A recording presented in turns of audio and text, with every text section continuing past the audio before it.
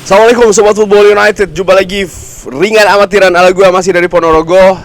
Mohon maaf kalau agak berisik karena gue nih lagi di ngungsi ya, di pos kamling di pinggir jalan langsung. Kali ini gue ingin bikin review friendly game, pertandingan uji coba tadi jam 4 pagi ya. Jadi mohon maaf gue salah kasih informasi. Jadi kick off-nya itu jam 10 malam waktu UK, waktu Inggris, waktu Indonesia tentu saja jam 4 dini, nggak dini hari sih, jam 4 subuh.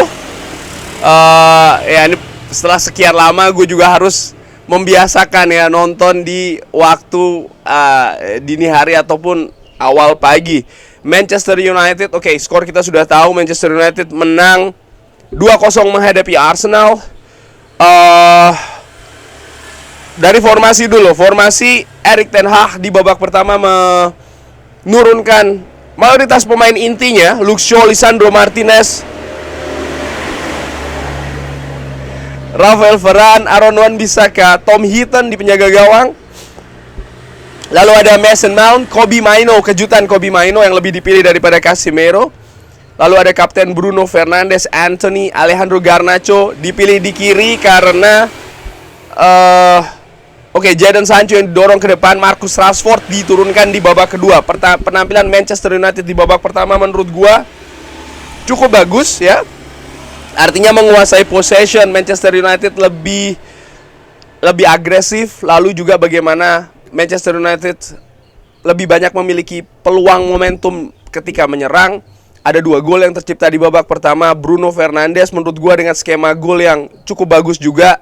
Dan gol dari Jadon Sancho luar biasa, memanfaatkan tentu saja kesalahan dari pemain belakang Arsenal.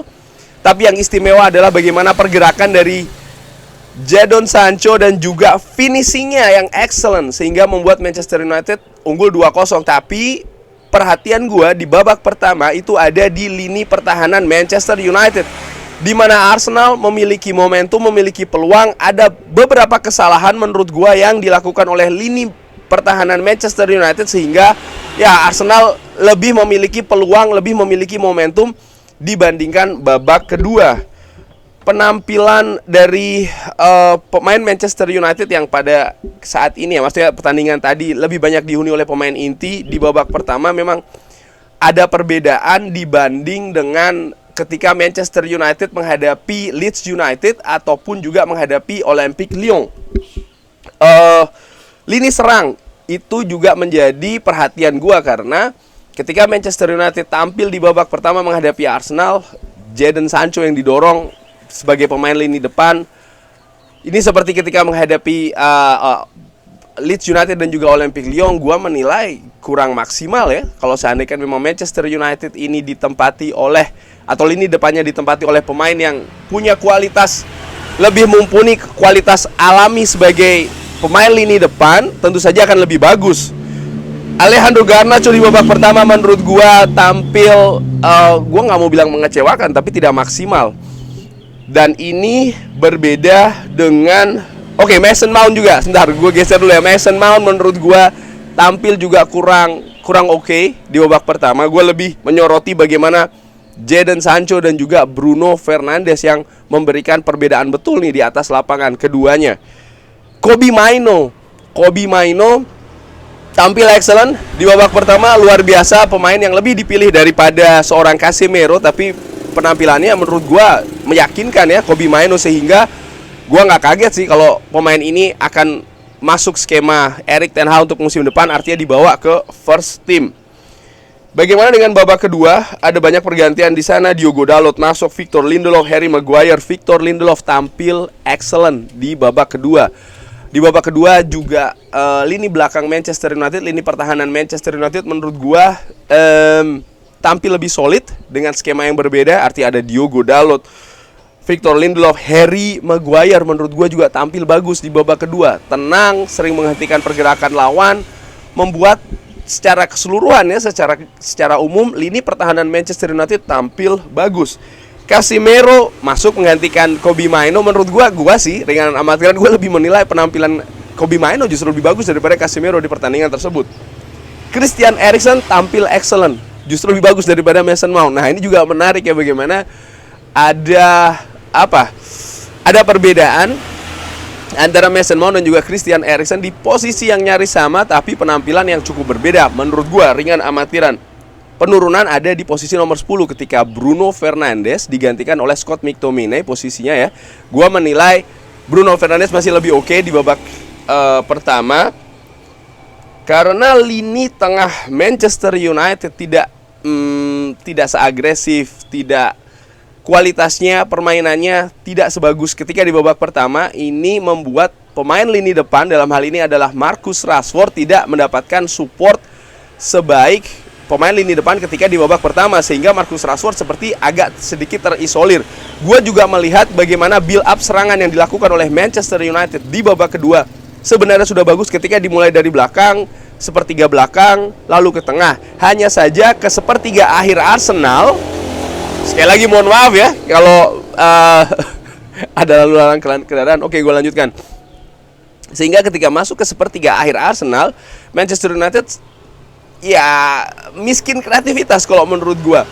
Terlalu sering juga bola-bola direct dari belakang. Ini ataupun dari tengah. Ini menandakan apa ya, Manchester United memang kesulitan nih untuk bisa menciptakan atau mencari momentum. Kreativitas kurang di babak kedua. Namun demikian, Manchester United juga sempat mendapatkan beberapa momentum. Garis besarnya menurut gua adalah di babak pertama penyerangan Manchester United lebih bagus daripada babak kedua, tapi lini pertahanan justru sebaliknya. Di babak pertama itu lebih jelek daripada di babak kedua. Di babak pertama ada juga double save ya dari Tom Heaton. Secara keseluruhan gua sih tetap puas ya dengan apa yang ditunjukkan oleh pasukan Erik ten Hag ketika menghadapi Arsenal. Arsenal tentu saja musim lalu adalah runner up Premier League. Mereka juga memiliki skuad yang paling tidak untuk menghadapi musim depan ya. Skuad yang bagus, ada Declan Rice tadi diturunkan, ada Jurriën Timber juga diturunkan, ada Kai Havertz juga diturunkan. Tapi gue melihat justru di babak kedua, di mana Arsenal lebih banyak menguasai bola, menguasai possession, memiliki lebih banyak momentum, tapi justru frustasi nih. Menurut gue ya, secara ringan amatiran justru banyak menyelimuti pasukan dari Mikel Arteta. Kenapa? Karena rapatnya dan juga solidnya lini pertahanan Manchester United. Tidak banyak peluang ataupun momentum yang diciptakan oleh Arsenal, tidak seperti di babak pertama. Dan ya, mereka pun juga tidak bisa mengejar ketertinggalan. Bahkan Manchester United akhirnya menyelesaikan pertandingan bukan hanya dengan kemenangan ya, bukan hanya sekedar kemenangan, tapi juga clean sheet.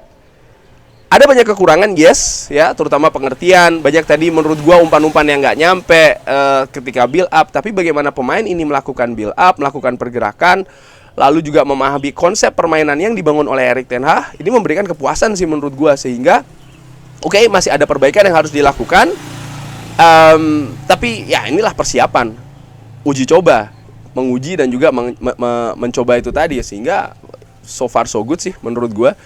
Tentu saja pertandingan akan terus berlanjut di Tour Amerika Serikat ini, dan kita nantikan pertandingan-pertandingan selanjutnya dari Manchester United. Kurang lebih demikian, terima kasih sudah menyaksikan. Jangan lupa like, subscribe. Bagaimana menurut Sobat Football United pertandingan tadi, bisa drop di kolom komen. Terima kasih sudah menyaksikan. Wassalamualaikum warahmatullahi wabarakatuh.